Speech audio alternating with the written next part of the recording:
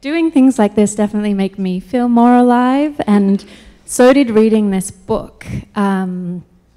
I have to admit, and it feels very embarrassing, that I had never read a graphic novel before this. And I know it just seems absolutely kind of shameful.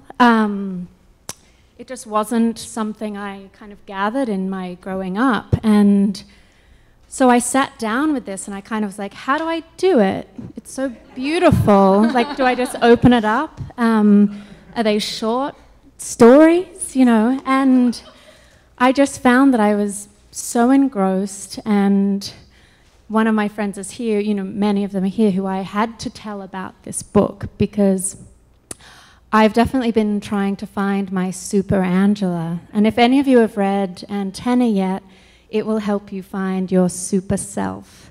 And so that's what I want to talk to you about. I mean, we have so much to talk about. I guess before we even get there, on a very basic level for someone like me, how do you come up with a cartoon? Does it come from do you start with the image or the drawing, or does it come from the caption? I think mostly I'm a visual person, so it comes from an image, and then I sort of write to it. So it's definitely the image first. I've also heard that you might have been one of the first people to take a selfie, and that is, which I know portraiture is also selfies, like, you know, from I took time. a lot of selfies for this book. No, but I've heard that you took Polaroids of yourself to try and get the expressions of all your characters. Is that right? Yeah, that's true, actually. Who told you that? Josie, where are you? Thank you for that. Josie, ooh. Thank you for that tip. I guess that kind of goes into this idea of what it is to be a woman and what it is to be a female graphic novelist. And you're kind of one of the standouts in the field. You published your first graphic novel 20 years ago. How has that landscape changed? When I first published Just Who the Hell Is She Anyway in 1994, the publisher I had didn't know how to sell it, and she said, well, what is this book? And I said, well, haven't you ever heard of Art Spiegelman? I mean, when I first read Mouse, the earth shook for me. I just thought that was one of the greatest things I've ever read. How old were you then? When Mouse first came out, I was in my 20s. Mm-hmm. And when I published Just Who the Hell Is She Anyway, they didn't really understand what to do with it, even though there were other graphic novels. So, but then there were mangas, and I explained that, and so, but it has really changed. And now graphic novels are, like, the whole category is exploding, which is great. And do you feel that Cancer Vixen kind of was a way that grabbed women in this new form?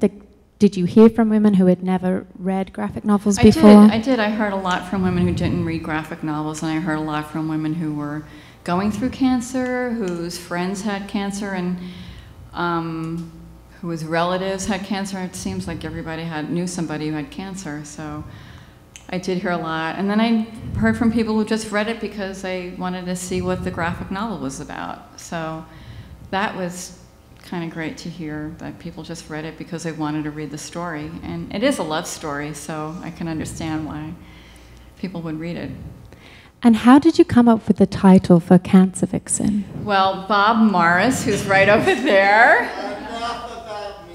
No. What happened was, and I'm so glad you asked that question, because right after I was diagnosed, Bob and I would always take these walks on Hudson River Park, and I looked pretty ratty right after I was diagnosed. I was wearing really disgusting sneakers and sweats, and my hair was super dirty. And he looked at me, and I told him that, you know, Glamour magazine asked me if I wanted to write about Cancer Vixen, do like a graphic story. So I told him I was thinking about doing it, and he said, "What's your title, babe?" And I said, "Bob, I think I'm thinking of calling it Breast Case Scenario." It's terrible. And this is what he did. I'm going to imitate you, Bob. You can't call your story that. Look at you. You look like a victim. Where's my Vixen? Go put on your shoes. Change your mindset. Put on your shoes. You're the daughter of a shoe designer, and go back home and start writing. And that's what you said. I love it. Thank you, Bob, for that. I guess that comes back to this idea of all the ways we can be a woman. And, you know, for some people it's, yes, I'm going to put on lipstick and heels. And for others it's whatever makes them feel like in touch with that part of themselves.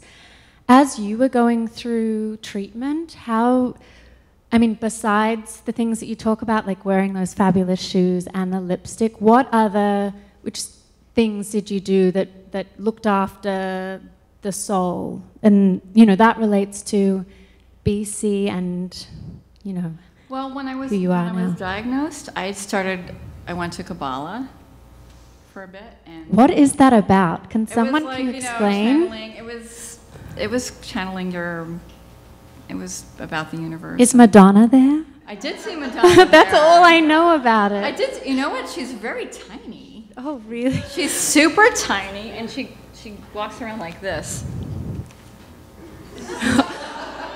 Oh my gosh, I always imagine her as a boxer or something. She does. She sits in her seat, and she goes like this, and all of a sudden she goes, and she starts dancing in her seat. I swear to God. I did see that. She might have been channeling her like a Virgin Days or something. Probably. I don't know. But so I did that. And did Kabbalah touch something in you and it helped? Yeah, it did help. I did have a great teacher, Ruthie Rosenberg, and she helped me. And then I also started meditating, and that really helped too. And, you know, I just thought about like what I wanted to do with my life, and really that, you know, I just did these I would do these God boxes, I call them, and that is, you would put everything you want in your life in a box, and I would just, you know, that I would do every year. And are they images or words or your drawings? They were images, words, and I would do that, and then I still like draw things that I really want in my life, and I see those images, and I try to look at them daily, and that's what I do. Because I think if you have the image, you could see it, then you can be it and become it. So, do you ever? We'll get to antenna soon, but do you ever slip back into BC mode? Oh, like never ever have I ever. Bob, you want to answer that one? And I mean, is it that you can like talk yourself back into the positive space more quickly now, or how does that work? I think that I do go back and forth, but I'm more conscious of it now. I mean, there's a difference between, you know, going back and slipping and then really being conscious of like what kind of energy you're putting out there. I'm much more conscious of that. So I'm coming from a different place because of the diagnosis, I think, for sure.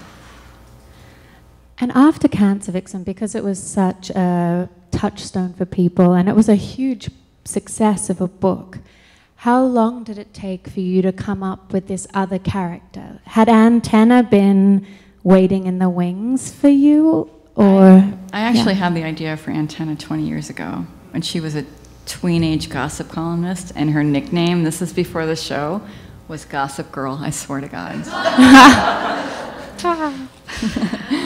Were you going to ask me about that? No, I wasn't, so that's brilliant. But it just makes me think of having that idea 20 years ago, and it not even being the era of the internet yet. Yeah.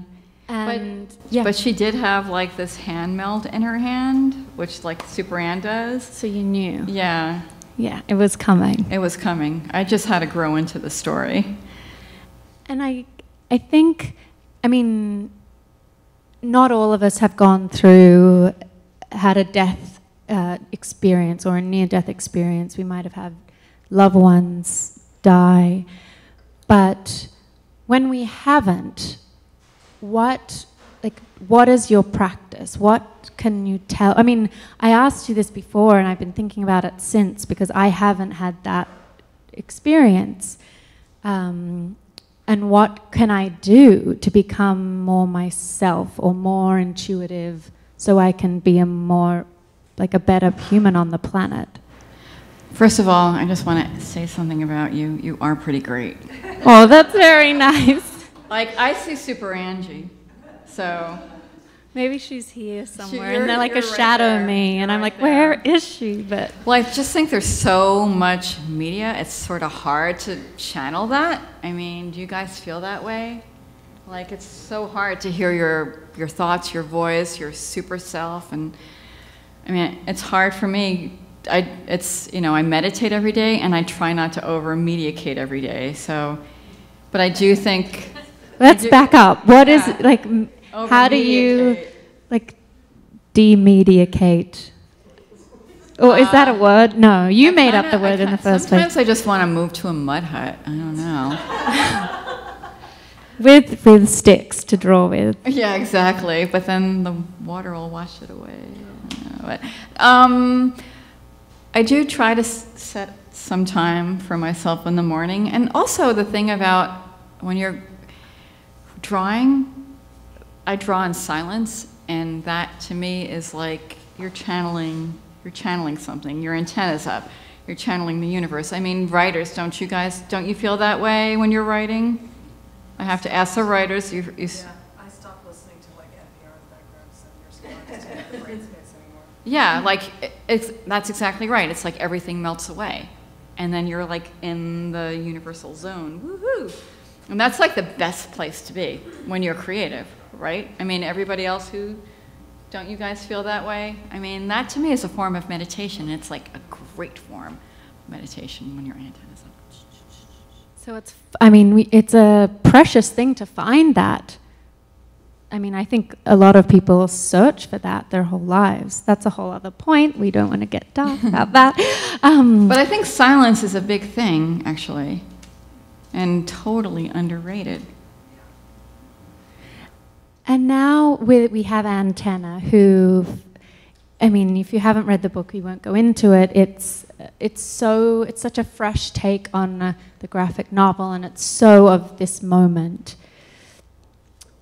I'm wondering, she has a relationship with her mother. Mm-hmm.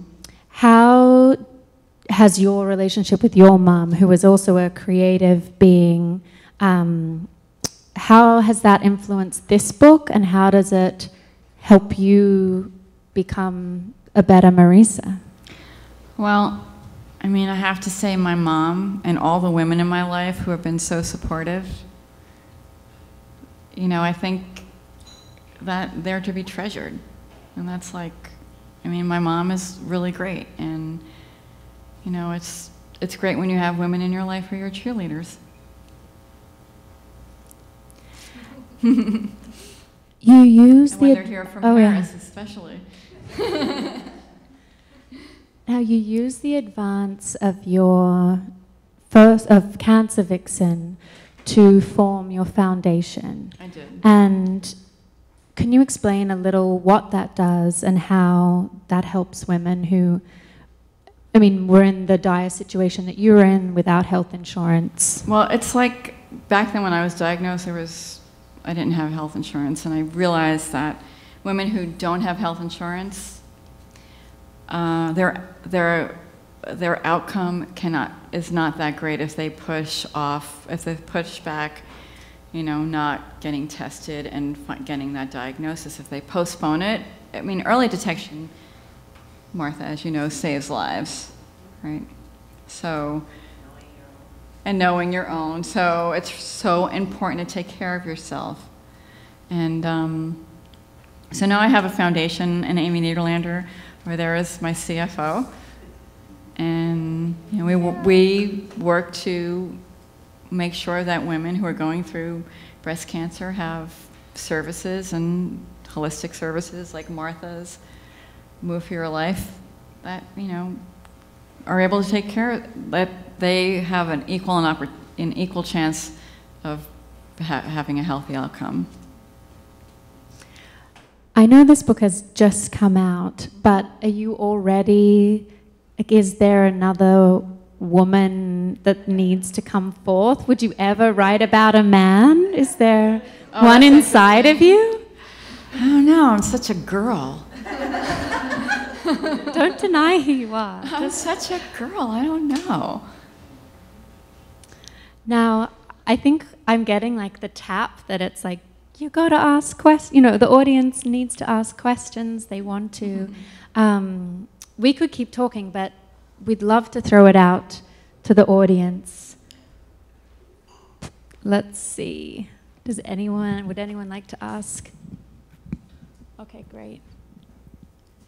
Yeah. Part two that I call she.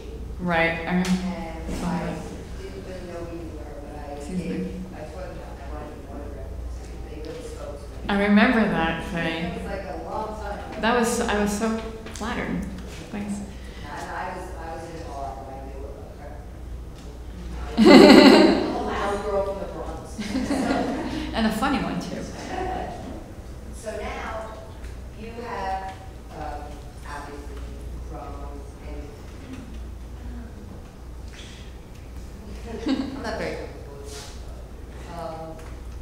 What I was curious about now is when you come up with these new projects, you always reference that you felt like there was this background of non-cheerleaders. Ah, yeah. Can you tell us a little bit about the non-cheerleaders? Right, like the sour grapes and cancer vixen? Yeah, yeah, like that. Yeah. Because when I first started dating Silvano, like there were definite non-cheerleaders. Oh, I know! Amy, you were with me, Bob and Ira, you guys heard so much of it. And I met you, Faye, and you were like, okay, this is who you look out for, this is who you be careful of. And, you know, you really helped me, thanks. But there was like, I mean, you know, but you don't know, it's like, that's the thing. My antenna was not really functioning back then. My radar was off. Now I have, like, I can discern who's, like, you know, good and who's not. I mean, that's, like, part of growing up. I think it's more like you have an instinct that you have that part of your life that even when you were wearing the red bracelet and everything, I think things were coming to you. But you were very fortunate that you embraced a lot of that. I think a lot of people just don't know where to go when they run. But you were a great person at the restaurant. You made people happy alone reading on the toilet. I mean, Thanks, I didn't know that. Thank you. I can't hold on to any of your books. They seem to disappear when they're in my possession. So I have seven copies of Cancer Vixen and own none now. Oh, really? Well, I'll get you one. I have a library that never returns. Thank you. Oh yeah, there's a couple. Okay. There's one just that way. Hi. I was lucky enough to already read Antenna, and it's incredible. And one of the things that really moved me, as I was telling you earlier, was the font you created for it. And as someone who's more of a writer-editor, the visual way your words kind of connected because of the font you created was amazing. And can you talk about what it was like to create that, and also maybe what your other favorite fonts are? Well, that font, I wanted to differentiate Anne, the human Anne, from Super Anne, her higher self. And I did that because a few ways. Anne has a mole, Super Anne doesn't. Super Anne has these very long eyelashes, and she's got like stars, like a freckle stars, like galaxy in her eyelashes. The other thing that I wanted to do was separate Anne's language from Super Anne. So because Super Anne when Super Anne talked, the universe spoke through her, I wanted to have like stars and like planets in the font. So that's what I did. I created the Super Anne typeface and made it purple, a power color, because she's a superpower. And that's what I did. And I have to say, like the first time I lettered that typeface, it took me 2 days to draw one line. There was another question just back here. Yes, yes. Yes. Hi. Hi. Well, you're like a cool New York woman who likes nice shoes and all of that, and obviously didn't have health insurance.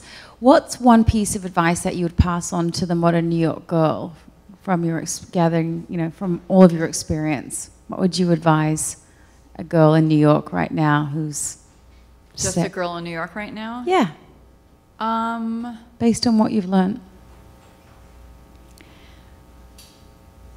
I think I would say, oh my God, that's a good question. That is such a good question. I could spend like days thinking about that, but I can't because you're right here.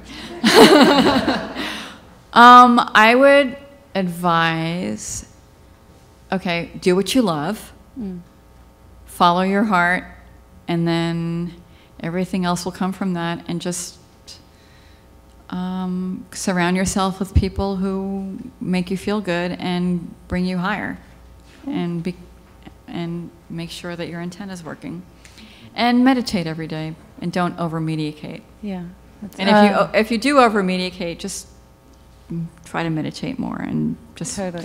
So that's what I would do. I love that. Make sure your antenna's working. Make sure your antenna's working, because we all have antennas. 100%. Yeah, it's just what you connect with. Exactly. It's up to you. Turn it on. All right. Thank you very much. Thank you. Yes, yes. Yes, Alex Marshall from France. Simple question. How do you know when it's time to chuck an idea and when it's time to stick with one? Well, I stuck with Antenna for 20 years because she was. Okay, that's a good question. Okay. Well, how do you know when to chuck an idea and when to keep going? Because like if that idea is still gnawing and like still in the back of your brain saying, I want you to talk about me. I want you to start paying attention to me. I feel like I have something to say. You have to listen to it. So that's... Especially 20 years, right? Yeah, 20 years. 20 years. That one you couldn't let go of. I couldn't let go of her. You got to draw and chuck and draw and chuck. How did you know which one when you let him go? I could not. I don't know. I just couldn't let her go. And I have to say, like, when I first started working on Antenna, like, she was 600 pages and words with key visuals, and then like the pile got smaller, and then she became more words, and then a novel. But yeah, you have to sort of, if something's talking to you, you got to listen. I mean, that's... I have a question. Oh, wait, I think we have another one. But in the meantime, are you inspired by other arts?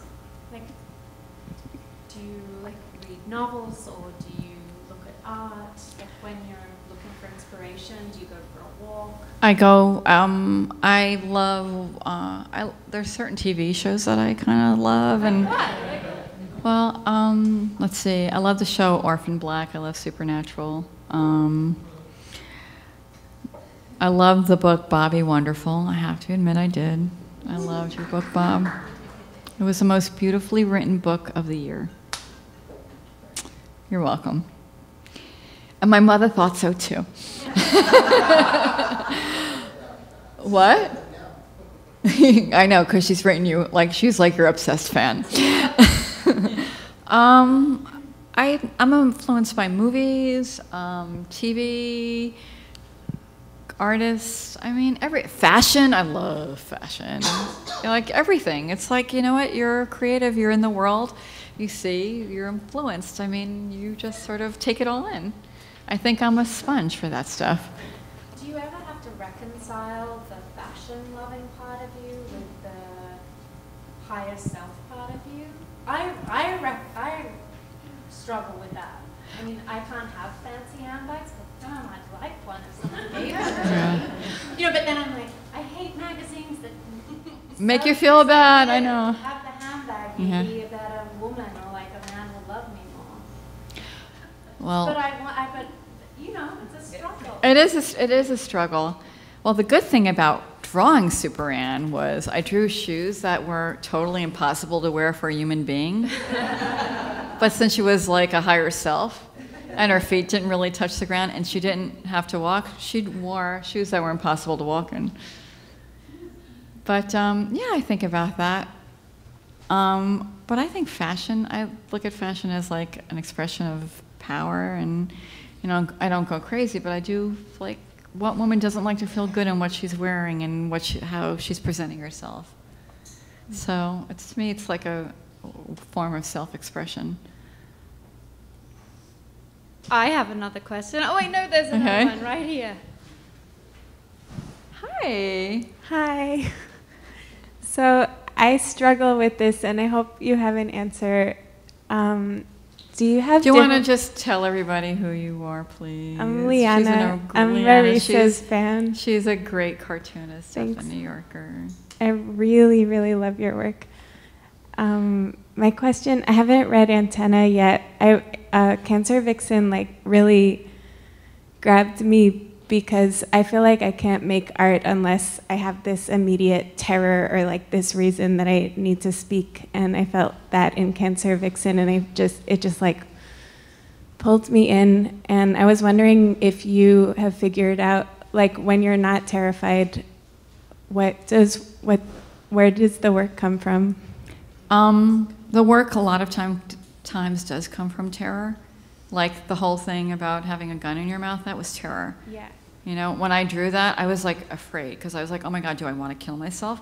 Part of me did, because I hated advertising so much. I mean, that was real. So, but it's those moments of terror that I think is where the best part of creativity is. Do your cartoons Leanna come from Fink. terror? No.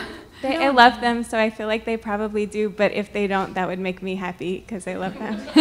Some come from terror. Most come from terror that I'll never sell again in this lifetime. I have another question. Antenna is so in touch with this cosmic realm that we don't know, we don't know what is really out there. Some people might. Have you been touched by it? By what? By another place. Do you feel like you've ever had a signal? I do feel that sometimes. I do. You know what? I do think we get signs that I don't even think we're, sometimes we're not aware, sometimes we are, but I do get glimpses. And even when you see this number repeating, or I've seen out of the corner of my eyes, I swear I've seen, okay, this is an example. Somebody that I was really, really close to, I was doing a drawing of her for a magazine. She passed away. Actually, this is even a better example. Forget that. A friend of mine passed away. She had breast cancer, and she was one of my best friends. And I could tell whenever she wanted to communicate with me, because she gave me this cube, and whenever it fell off my little table for no reason, that was her trying to talk to me. Stuff like that happens. I know it sounds crazy, but I swear. Or jewelry shows up for my grandmother when I'm stressed out, out of the blue. I've had that too. Or, okay, I'll go back to my friend who passed away, and it was Evelyn Lauder. She was a really good friend of mine, and I was doing a drawing of her for, Evelyn. She was amazing. She was one of the greatest women who ever lived. She created the pink ribbon. So Bloomingdale's asked me to do a drawing of her, and I did, and I said to myself, okay, I said to the universe, to Evelyn up there, I said, Evelyn, I hope you like what I'm doing. If you do, give me a sign. I swear on my mother this happened. So I went, I didn't think of it, I drew, and then I went to the bathroom. All of a sudden, I see this Swarovski pink ribbon that I had from the Breast Cancer Research Foundation appeared on my sink for no reason. I don't know how that happened, but it did. So, I do get signs. And that's called, there's a word for it, but I don't know what it is. But anyway, it doesn't matter, but yeah. Would anyone else like to ask a question? Yes, fabulous. Please. What's that? If you have a story. No? Oh, yes, over here. Sorry to have you going back and forth. Hi. So I have a question about your fiance, who is now, I don't know, is he now your husband? My husband, yeah. Okay, just checking. You never know. So you said that you were diagnosed about like 3 weeks before you were about to get married. Uh-huh. So I was just wondering how that affected your relationship, like if you felt like he didn't know that you didn't have insurance or anything. He was furious, actually. So, yeah, what happened? If he you was don't like, mind me asking. Marisa! He's Italian, but he talks like anime. Right? Yeah. Marisa, but when I asked you, you told me you had insurance. I'm like, yeah, I did have insurance, like when you asked me a year ago, but I lost it 6 months ago. And he was really pissed. And I did get on his plan, and his premiums went up. But yeah, he was not happy about that. But I mean, I still got married, so he wasn't that unhappy.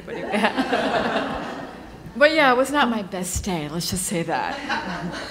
But also, I mean, did you get married 3 weeks later? I did actually, after a lumpectomy. Yeah.